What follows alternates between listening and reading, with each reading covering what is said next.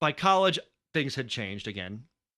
So what's the point of all this? What there are some funny memories. And looking back, I wasn't a bad seed. I was just very confused and immature and didn't really have um, role models.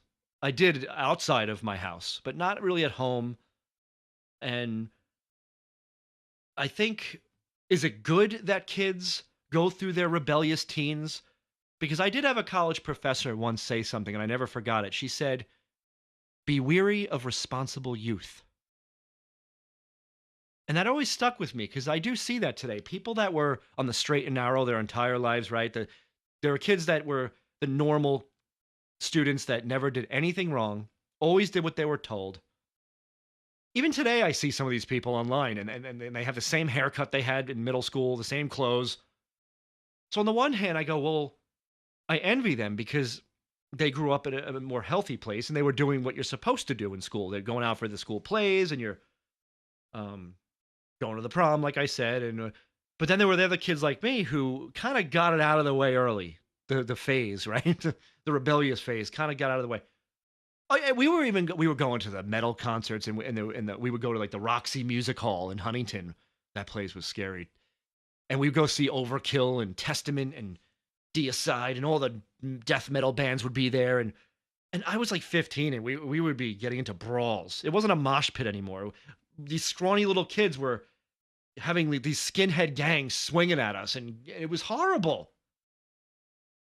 And yet it shaped me because today, by the way, as I said, I do this show and I vent and complain and blah, blah, blah, but it is a show.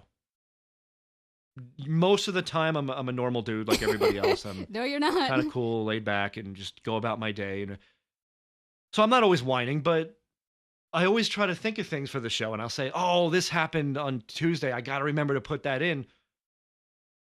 But it's amazing how we evolve as human beings, isn't it? The phases of our lives and the chapters we close and open.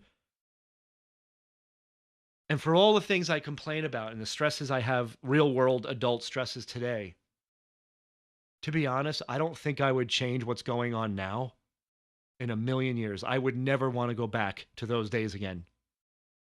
And there's always that part of me that wants to grab a hold of that young kid. Now, it depends on the year. If it's the 12-year-old Michael, I want to put my arm around him and tell him it's going to be okay.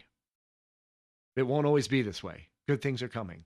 Wait till you meet your wife. If only I had a crystal ball to show you, to see the things you'll complain about later, you're going to long for. But then if I saw the 15-year-old version of me, I'd like to throw him against the wall, smack him around a bit, and tell him to get his ass to class and cut his hair.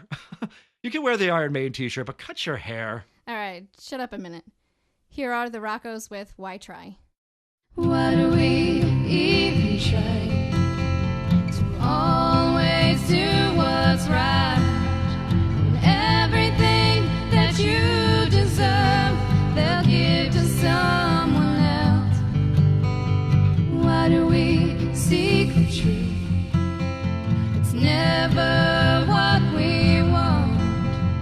Too afraid to live without the lies that we were taught. The more I search for answers, the more I realize there is no explanation, and no one hears our cries. We lose our youth too early, and we always learn too late. We stress and strain, but again and sane. We learn to live with the pain. What we could have been. Live with the pain. What we never did.